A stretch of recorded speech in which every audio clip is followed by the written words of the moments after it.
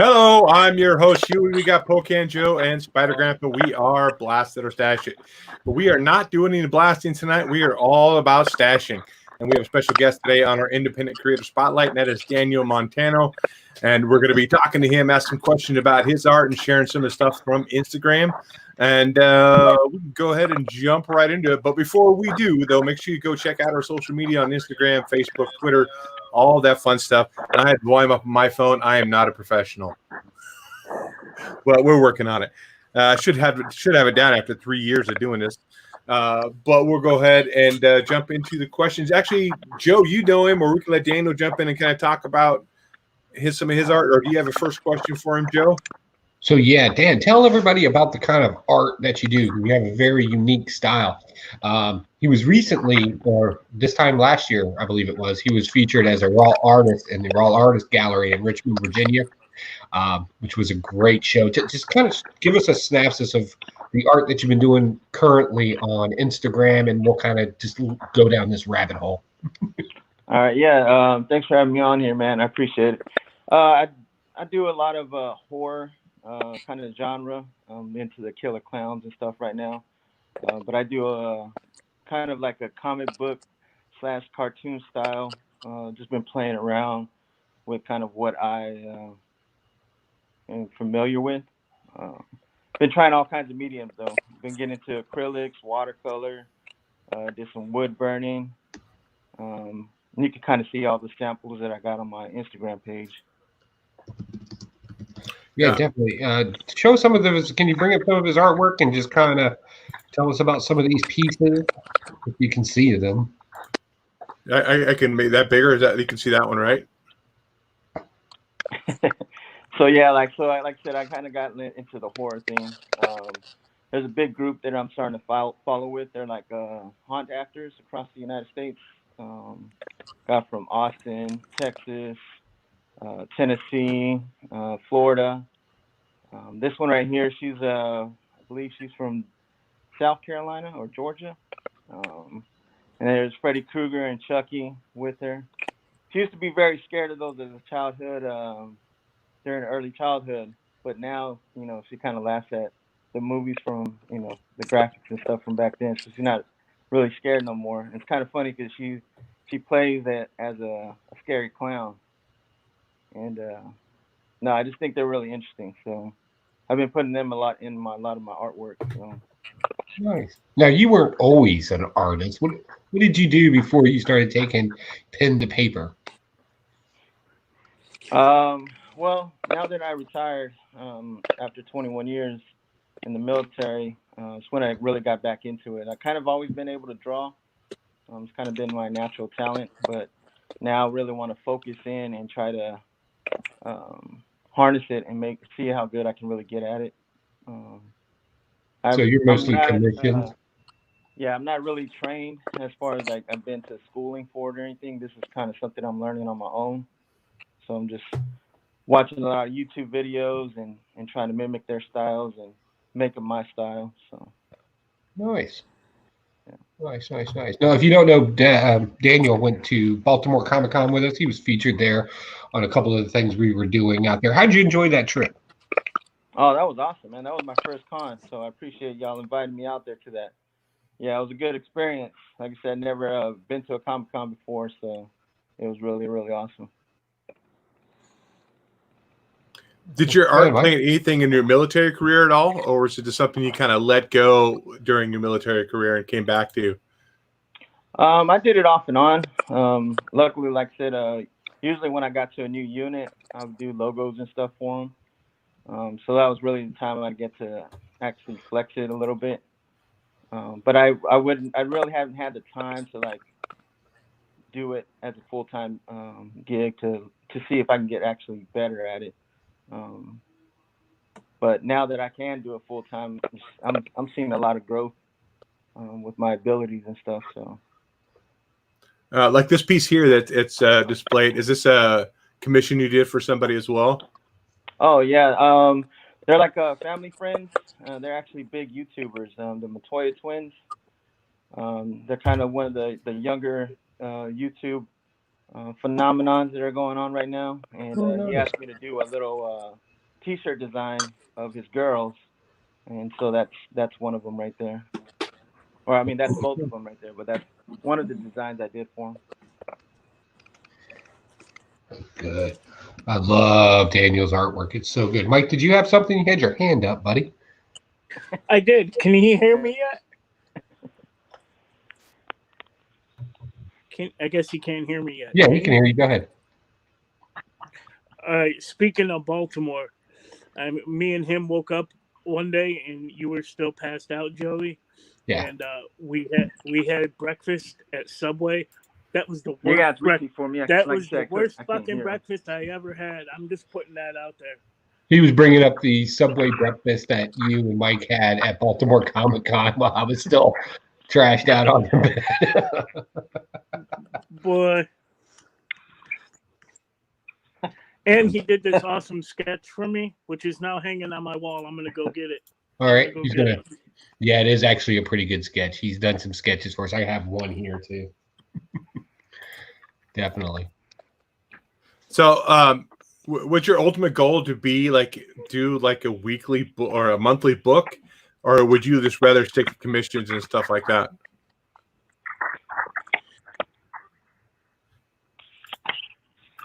Do you lose? Yeah, I posted them on my Instagram account. There. Right. That's a good picture you drew for him. So the question was, do you want to get into a weekly book? Like book or that right kind of now, thing? I'm just trying to see where my talent can go. As far as like playing with different mediums, I'm like I said, I'm trying to get into the digital. That's been a little tough. Trying to learn that. Right. Definitely. For me, I mean, that would be like the ultimate goal if I can get like a full-time kid doing something like that. But I really want to stay freelance because I kind of like the creative process that I have, or the creative freedom that I have to do kind of anything that I want. So Nice. So I want to show a piece that he did for me. My wife actually got him to do this commission work for him. I recently got a position in my Masonic Lodge where I get to run it now, and my wife kind of went, and with what Daniel knew about me, he kind of did this cool little Joey Pocan in his usual villain outfit, and then my military family, and then the Masonic stuff coming out. Beautiful work. All this is hand done. I'll be honest, I froze up for a second when I saw it. When I opened it up, I was like, oh, this is so neat. It's so great. And this actually inspired a project that me and Daniel are going to be working on, where we're going to kind of take this same concept here and kind of build it into a comic book, or at least an image. I don't know if you want to call the first issue more of an introduction of the heroes, more than anything. So we're kind of working on that, trying to make a few more of these guys and get it drawn up, and then come up with a story and everything around it. So first off, again, thank you for that, because it was just beautiful. yeah, man. You know what's missing from it, though? What's that? Oh, I can hear you now. What'd you say? You know what's missing from that piece, though? What's missing from it, buddy? Me. What? You can't be in this, buddy. You can't be in this. Good. Do you currently read comic books at all, or you just strictly the art and you just do that, or do you actually read any books that come out currently, or even older books? I was really big into Spawn. I love Spawn, so I got all the way up to about 200 issues, and then it kind of dropped off because of deployments and everything else. So I couldn't really get my hands on them. But I did get the 300 issue and the 301st. So. But that was probably the last issues that I read were of Spawn. So, big Todd McFarlane fan. He was one of my inspirations. Back in high school, that's when they started Image and stuff. Jim Lee, Rob Linfield, all those guys. Man, I can't think of the other guy's name. Silver something, but he's pretty good too. Mark Silvestri. That whole group that went to Image was just phenomenal. Yeah. So, like, if you were to pick up a monthly title, say you were doing art on a monthly book, would Spawn be like the ultimate for you to do? Like, hey, if I had to choose one or two characters, would Spawn be one of those characters, or what other characters potentially would you love to do as a career in art? Yeah, no, Spawn would be the ultimate character for me because like I said, for me, it's the horror. I love the whole backstory of it. You know, the whole the mythology that was built around it.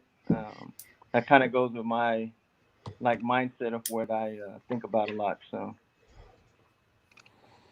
So you have a particular picture that just always kind of stuck into my head, and it's the one where there's I believe it's a kind of like a representation of Pickle Rick riding a chicken. Yeah, it's up later on his. Right? Kind of walk us through how that came to be, because I'm always fascinated with people and the way they just like come up with things. What's tell us what brought this about, this particular picture? uh, like I said, I have a little group of horror clown actors. They're actual professional actors across the United States, and I got into this group with them because, like I said, I was also fascinated with Killer Clowns from Outer Space. If y'all haven't seen that movie, it's on Netflix now. Pretty awesome. Yes. But I just love the whole aesthetic, the way they're exaggerated, um, and this guy right here, he's actually Biscuit, the clown. He's out of California. Well, two of his props that he has is a pickle and then um, one of those squeezing rubber ducks, or this is a rooster or whatever. So I combined them and morphed them into him. So the pickle looks like him, and then the pickle's riding the rubber duck that his little side prop. It's just one of those crazy things that kind of came out of a conversation that I had with them. I have in the chat room. Nice. That's an awesome picture. I love that picture. It's so funny. Yes, Yeah, awesome it's other. actually a digital drawing, so that was kind of like my third or fourth digital drawing. So, like I said, I'm still trying to figure that out. It's pretty tough though, but it's exciting. Nice. I know you had some killer clown pictures in your Instagram. He has a huge motif. You sold that one at Raw, didn't you? The motif one with all of them, and yeah, that was actually a bittersweet moment. I was like, man, that was awesome that somebody wanted it, like as much as I was selling it for. So I was just like, wow, somebody's gonna pay that much money for this. I mean, it's a lot of hard work, but I was still like, I didn't want to give it up either. But I was like, well, they wanted that bad. You brought it. He bought it. Yeah, that was crazy watching him work at the gallery. That was pretty cool. And then you also recently did a Comic-Con. Tell us about that. What was that like? I kind of shortly interviewed you real quick, but you weren't really prepared. But you had a table set up and everything. Tell us what it was like working at Comic-Con. Oh yeah, so that was interesting. Like I said, that was my first one. I didn't know what to expect as an artist, being in Artist Alley. So I kind of just threw my stuff together, and I gained a lot of experience over those 3 days, just seeing how interacting with the other artists that were there. Some of them were their first time as well, so kind of got some notes and stuff to take to the next one. So I should be well prepared for the next two Comic Cons that I got coming up. So you got one down in the Hampton Roads area. What month is that at? It came in broken on that one. What was that? Not a problem. What months are you? Where is Comic Con's going to be at? What month? So the one is in Williamsburg, Virginia. That one's the Scare for Cares, and that's in August. I believe that's in the mid-August. I don't have the dates on me right now, but that one's in August, and then there's another one in September, the following month, and that'll be in Tidewater, I believe. Right. Yeah. Hampton Roads, Tidewater. Yeah, the horror fan. Mike, what's the name of that one they do down there? I don't remember. I'd have to look it up. Let's say it's the horror one we go to every year. Yeah, I'll post it up on my when it gets a little bit closer, and once we get a little bit more confirmation of how this environment that we're in right now is going to play out. So Yeah, it's true too, with everything being just kind of locked up. So we definitely got to get the link to your Instagram into the chat. We definitely want people checking out your stuff. He does great work. Definitely want to swing by and check it out. He does commissions. Like I said, my wife, and between what he knew about me and my wife, they made that. So it was beautiful. I'm still fascinated with it. Oh.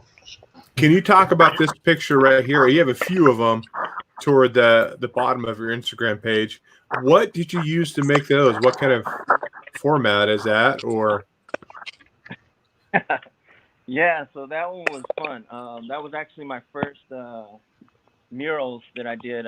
Ashland Berry Farm in here in Virginia um, had an opening for an artist to help them with their 3D haunt that they had last year. And so I came down. That one that you have up with the tree, that was my first painting that I did there, and I had no idea how these paints work. But basically, they work with 3D glasses. So oh, when you put okay. the 3D glasses on, it picks up the colors like a rainbow. So the red pops out first,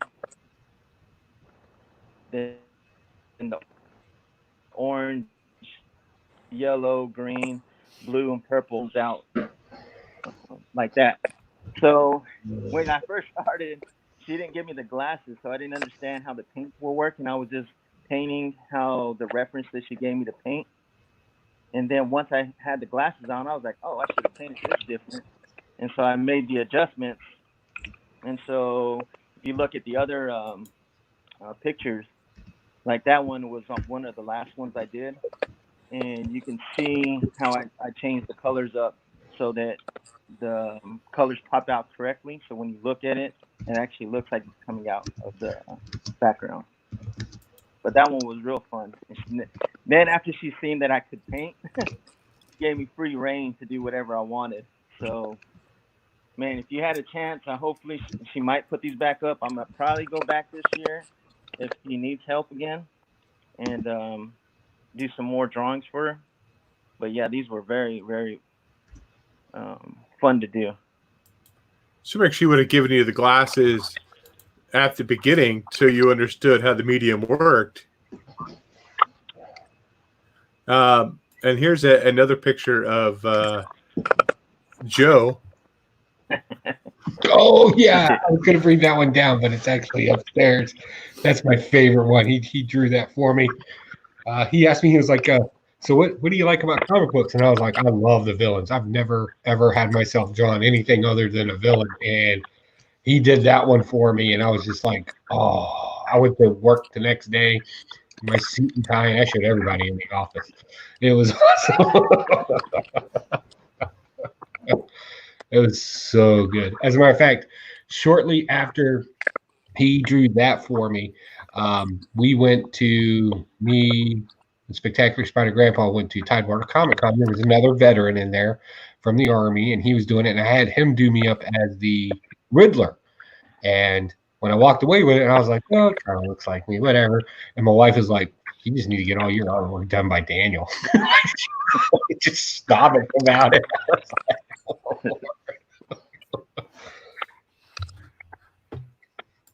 Yeah, that was pretty fun, man. Especially because that was the time that Joker had just come out too. Yeah, that Joker movie had just come out, and it's great, good stuff. I think I have it over here. So I see down here too in your Yep. Your feed, you have a couple of Venom or one Venom cover. It looks like a Green Goblin cover. So, and a Wolverine cover as well. Now, I mean, do you mind doing these, or is more the clown thing your thing, or you just kind of do whatever somebody asks you to do, or do you like certain superheroes to draw? No, I mean, I like any challenge that anybody comes toward me and like, hey, I would like to see your take on this. I'm way open to anything like that because it just gets me out of my comfort zone, kind of challenges me. Um, any preference that I have towards any particular comic book character? Not really. Um, I've never done these variant blank covers before, so it was just me. Those were my first attempts at trying to fit a character on a regular comic book page and doing my own take on it. So I recently bought a blank cover for another artist to work on. I noticed that paper is really thin. Is that paper harder to work on than, like, say, the regular paper that you use for your art? And how do you adjust for that being a different kind of paper? So it's just been a trial and error. Like I said, those were the first ones that I did. I didn't put no really color to them, so they're just ink and regular pencil. But they are a little bit like the ones that I got, they are more of the cardstock type cover. Oh, okay. So they are a little bit thicker, so they do take a little bit better. I do in that other, I guess, right there in the middle where you see a whole bunch of blank ones. Over here? Yeah. There's some of them that are a little thinner. They're almost like copying paper. But like I said, it being trial and error, once I start putting pencil on, I can kind of tell how it's going to work out. So I just adjust on the fly. Nice. I mean, you talk about that, being able to step outside your comfort zone and be able to think on the fly and make those decisions. And to me, I mean, I'm not an artist by any means. I doodle, but I'm not an artist. But to me, that makes you more of more well-rounded and be able to do that and be able to step out your comfort zone instead of saying, nope, sorry, I can't do that. I don't draw that character, or I don't draw that way. And so I commend you for being able to step out and go, you know what? That's a challenge. I want to work on that. That's awesome, I think, as a creator. I think it's a lot better. Because like I said, and I'll give an example. So this particular picture, the guy that drew me like the Riddler that I was talking about, he did go to art school and he pencils for Marvel. And this is what he drew.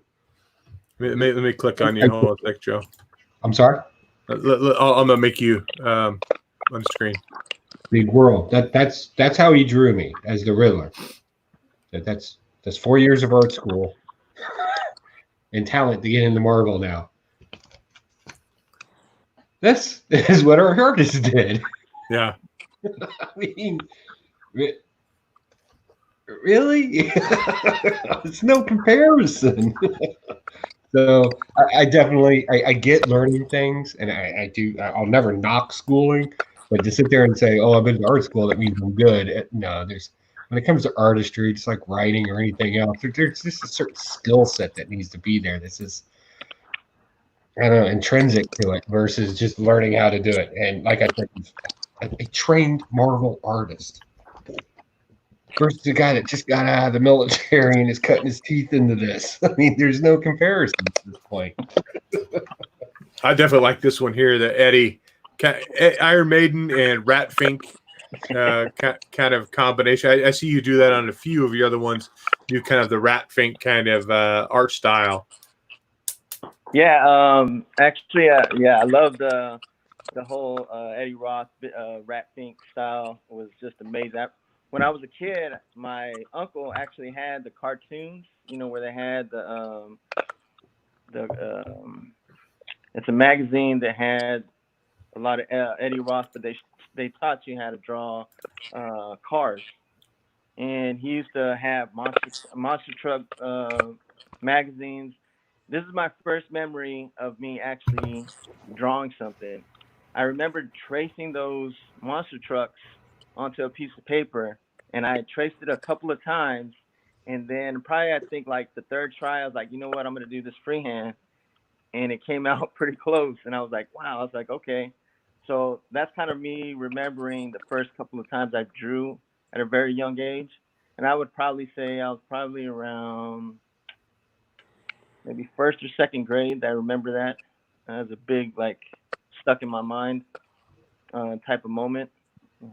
And after that, I was the first time in second grade, or the second time, or the third time in second grade? Which? Oh, so it was either like I said, first or second grade was when that memory was. Fair enough. I think I know the magazine that you're talking about. It's cartoons. It's spelled TOONS, right?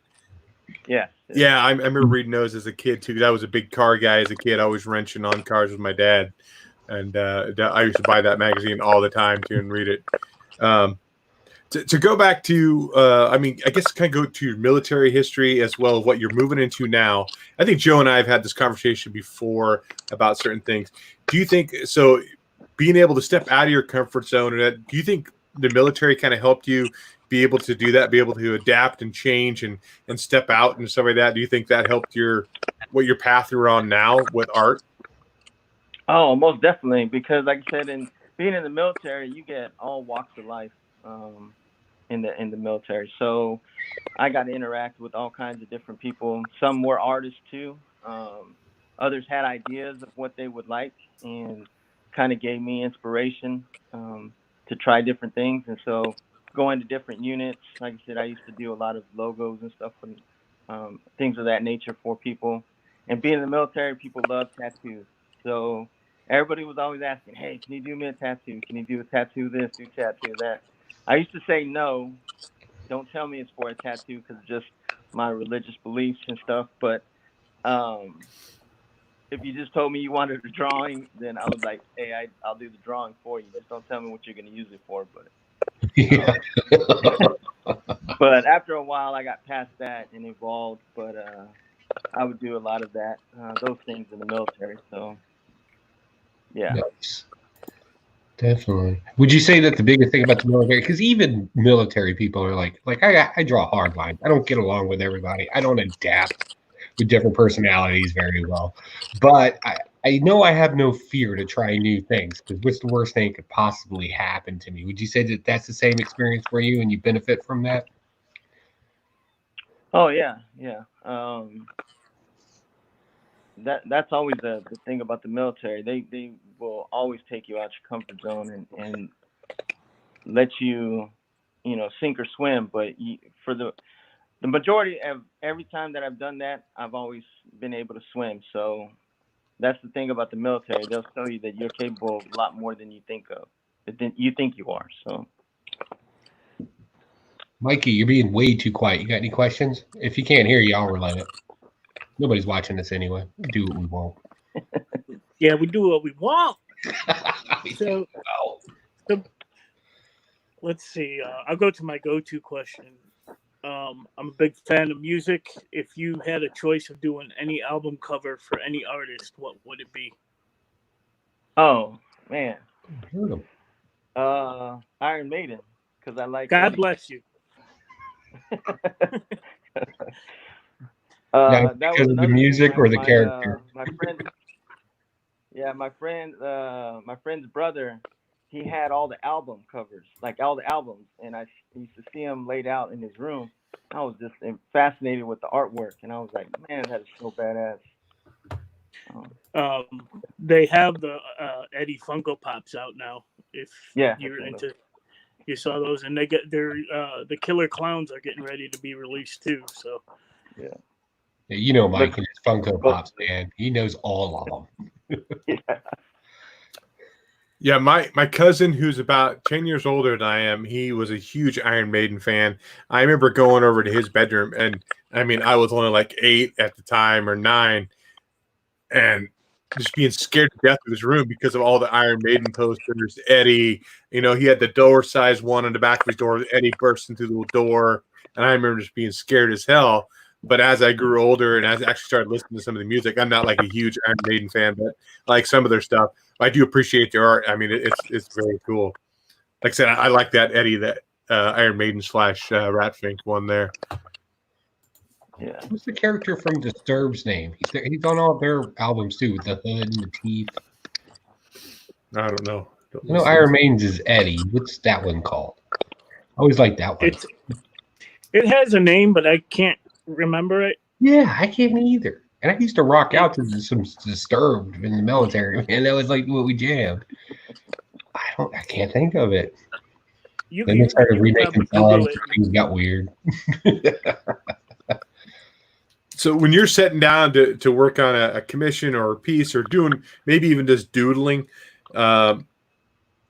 what kind of environment do you have to have? You have to have like, I need to be quiet and focus on what I'm doing, or do you rocking out to Iron Maiden when you're doing it? Or maybe it's a combination of both, kind of depending on what you're feeling. But how do you get in that process of getting ready to do art? And tell them about the new room that you and your wife created for your own studio. They built their own studio. Tell them about it. Yeah, we did build a little small office space. We're still doing a few things to it, but yeah, it's almost done. As far as my spacing, I just listen to a little bit of music. I usually, if I'm doing a commission, I try to get as much information out of the person as I can because it kind of helps with the brainstorming. And usually I think about the piece about 2 or 3 days before. I do a lot of conceptual stuff in my mind. So it's almost like once I get ready to draw it, it's already been drawn a couple of times. Like I said, before I even get started. So once I look in the page, it's already there. I don't even know how to explain it either because I know when people like ask like where do these ideas come from, kind of tell them it's already there. I'm just tracing it. That's a good explanation. I like that. That's pretty cool. I already see it in the picture. I guess it's like explaining it like if you look in the clouds, you see a shape, like you see, oh, that looks like a dragon or that looks like an elephant.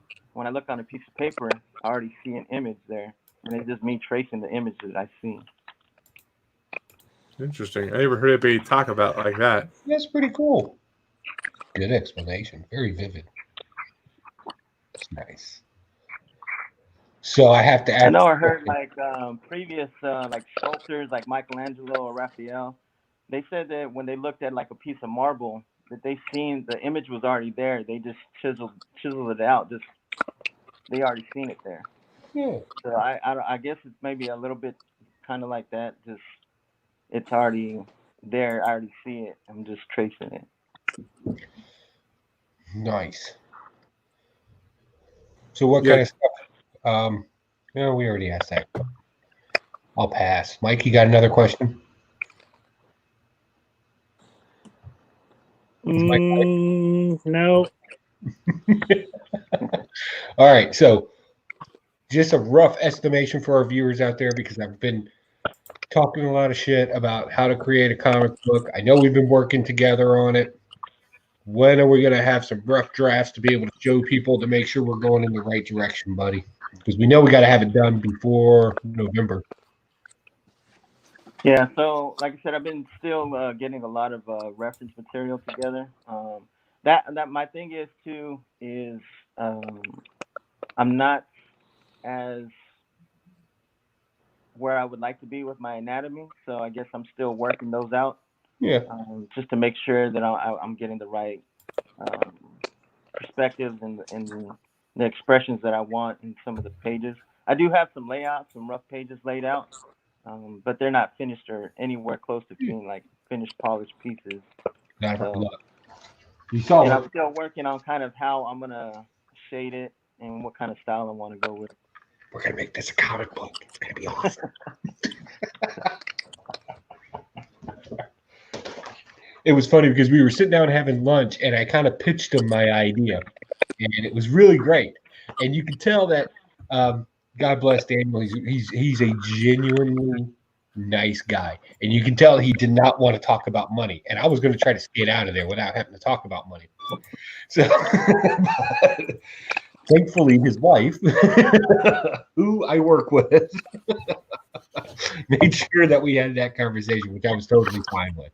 So hopefully we can do something with this. Again, the first issue, Michoud Zero, it's just an introduction to kind of get us used to the artwork and how a comic book's made, and just kind of introduce people to this very complicated and mysterious characters that probably need more explanation, because that's going to be my fault on the writing aspect. But we're working through it. So I pitched him the idea for the actual story for it. I think it's really cool. And I honestly, when I first saw Daniel's work, I was like, okay, this is the guy that has to do this. And that was just a passing thought. And then when he drew that for me, and I presented it at my Masonic Lodge when I was being inducted as the Worshipful Master, everybody else was on board in the Masonic Lodge too. They were like, I want to be in your comic book. I want to be. So we literally are taking the line officers from the Masonic Lodge. We got snapshots of them, and we're going to put them all in a comic book as the superheroes moving forward. it was the most serendipity thing I've ever been in. And we're going to kind of play with the Dismal Swamp theme. By the way, were those pictures solid on the pictures, or do I need to take more? No, I was pretty good with all the pictures. Okay, cool. Like I said, I'm just working now on like perspective and the anatomy of the characters. So yeah, I got to be honest. After working with Daniel, I didn't realize what goes into the artistry of a comic book. Like I didn't. I figured somebody drew pictures and colored it. Like I don't know. I often say I'm not an artist and I don't know how it works. I just look at it. If I like it, I like it. If I don't, I don't. And it was really cool. And then he kind of also explained to me how the story and the art should kind of melt together and how detailed I needed to be. I just wanted to tell a story. I thought it'd be cool. And then I was like, oh man, now I got to work. So I've been working hard. I think I got the first 12 issues done, and then possibly a bleed into another 12 issues if we need to do it. If we decide to go that far. I don't know. I just figured it was a great story to tell. It deals with Virginia and Masons and just weirdness. Virgins? I swore I heard virgins too. You know what? I'll throw a virgin in it for you guys. Mike, I'll put you in the book. I don't know a whole lot about Masons. Maybe virgins are a big part of Masons. I don't know. Maybe to sacrifice. I don't know. Virginia. So I think it would be fun, and I can't be more excited to have Daniel on it. I think it would be fun, even if the thing, nobody's trying to make this thing to get picked up by Netflix or anything. I thought it would just be something fun to do locally, and actually we've gotten a lot of traction to the point to where the Grand Lodge of Virginia is like, yeah, sell them at Grand Lodge. Just bring them on up here and sell them. And I was like, cool. Are you guys going to go with Kickstarter or Indiegogo and try to get that rolling that way too? I think issue 0, I think we're just going to kind of use the Masons as a test market. Because if we can convince a bunch of 65-year-old men that it's actually kind of cool, then we should be able to launch it pretty easily. And then when we actually have like an issue 1, 2, and 3, probably go that route. We'll sit down and talk, and we'll work out the particulars on that. But it'll be fun. Definitely, the whole point of issue 0 is to highlight Daniel's artwork. That's really what's going to sell this book. It's really what's going to tell the story, because I don't want too much writing in it, because we all know how I am. It's the narration plus dialogue plus a reference mark. It loses something to the story. So I really want to show what I always complain about in comic books. Just too many words take away from the art. I really want the art to shine in this. I want this kind of creepy vibe to it with just these kind of outlandish characters. I think it'd be great. And cheers to you, Danny, for picking it up. It's going to be awesome. Even if we made a comment. I hope to do it justice, so we'll see how it goes. So if somebody wants to get a hold of you for a commission, they're watching this video, they're going to your Instagram, what's the best way to get a hold of you for a commission? Would it be through your Instagram page? Yeah, they can just drop a DM on the Instagram page. I usually check that almost daily, so I usually go in there and see if anybody's hit me up. So I got like 2 or 3 people right now waiting. So, but yeah, they can hit me up there. We can talk about it, see exactly what they want. But a lot of times they don't know what they want, so kind of makes it hard for me, because I'm trying to make sure that they're happy when they get the final product. So that you don't want to get stuck drawing 5 pictures and get paid for 1. Let's be honest. Nobody wants to do that. But I do some conceptual stuff, like little rough sketches real quick for them, and see if that's kind of what direction they want. And then we just go from there. So at your next con, what do you have planned for your booth? You're going to have some sketches already made to sell, or some prints of certain pictures that have sold in the past, or what's going to be at your booth if they come see you at Tidewater, or what was the other one? Some horror con or whatever it was you're going to be at? Yeah, it's Scares for Cares. It's in Williamsburg, Virginia. Okay. And like I said, both of these cons that I'll be at will be they're tailored more to the scary stuff. So, Okay. which a lot of my art is focused on right now. But I'll have some prints. I have 2 or 3, well, actually 4 of my original print sizes, which were 18 by 24, the big collages that I did that sold at the Raw Artist show. And I'll have a few smaller prints available, and I'll do some commissions there as well. I'll probably take like 10 commissions and try to knock them out in those 3 days. Nice. It's going to be awesome. Yeah. Me and Mike are going. He doesn't know it yet, but we're going. So I know we're trying to plan the trip to Baltimore this year. I got to head out from my West Coast area, head over to your East Coast area, go to Baltimore. You planning on going to Baltimore this year too? If this gaggle of guys come over there? That's not bad. Sorry, Mike. No, it was actually really fun last time. So yeah, I'll if everything works out and they clear the pathways for us to go out and about, yeah, I'll definitely go out there again. We'll go anyway. There's a casino. There's scooters that you can drink rum and cokes and drive around town on. It's awesome. Play a whole bunch of adult video games, some 80s video games, drink. And this year, I think I've actually confined us a place a lot closer to the downtown area. And it should be pretty nice. Pretty cheap, too. So as soon as I get a number of how many people are going, I'll go ahead and lock that down. It'll be awesome. Before we bounce on out of here, Mike, the wee Leprechaun, to have anything you like to ask Daniel before we leave? No, I just want to say, before I even met Daniel in Baltimore, driving up to Baltimore, I thought he was fucking extremely talented, one of the top independent artists. I can't say enough good things about his stuff, and I'm glad to have met you and hung out at Subway and all that stuff. It's just amazing stuff he does. And he's always putting new stuff up on Instagram, so go check him out on there. He's always doing stuff. I was a little nervous going into here.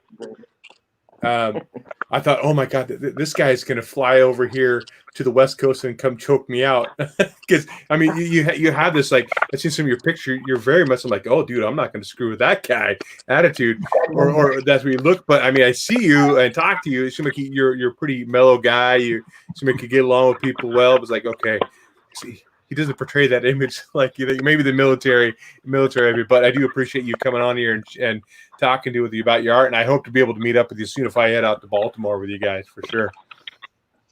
I think you ought to come out anyway. I appreciate y'all having me out here on this thing. I'm still, like I said, pretty new to all this, so I appreciate the exposure and stuff. So thank you. How about you, Joe? You got any last minute things before we bounce out of here tonight? Dude, Daniel, I'm your loudest trumpet, man. I love everything that you do. It's just great work. I've just always been impressed with it. I'm always impressed with good artists, and God knows I'll blast a bad one. But thankfully, you're a good one, because you could probably crush me. And also, if you don't know, I actually met Daniel through his wife. We worked in the same office, and she found out I liked comic books and said her husband was an artist. And I was like, oh, okay, great. I'm a snob collector. I collect Golden Age books because I'm rich. And he does what he what wants. was it? The first year, the White Elephant Prize, she won mine, which was a stack of comic books, because I actually forgot to bring something, and I was at the comic book store that last night, and they were still in my car. So I wrapped them. It was a couple of variants. And then next year, I put a couple more in there. There were some Silver Age ones or something like that, and somebody else won them, but she went and traded for them anyway. And I still have your Captain America waffle maker. And sorry about your luck, son. But other than that, hey man, thanks for coming on. It's great to have local artists get their perspective, tell us about their stuff, especially on our kind of virtual Comic-Con thing that we're doing. Anything we can ever do for you, definitely let us know. we're always happy to help, man. You're one of the better ones. Thanks. Yeah, if you guys get your book together, we'll end up getting you back on here. We'll talk about that a little bit more and talk about that process of working with Joe, and you can give us all the bad stuff. Let us know. That dude Joe was cracking a whip. What an asshole to work for. You can let us all know all of that stuff because I know you'll be 100% I can honest. say that right now. We don't need to wait for the book. All right, so we're going to go ahead and bounce on out of here. Make sure you go follow Daniel over on Instagram. His link is down below in the description. I think Pocan Joe put it over there in the chat as well.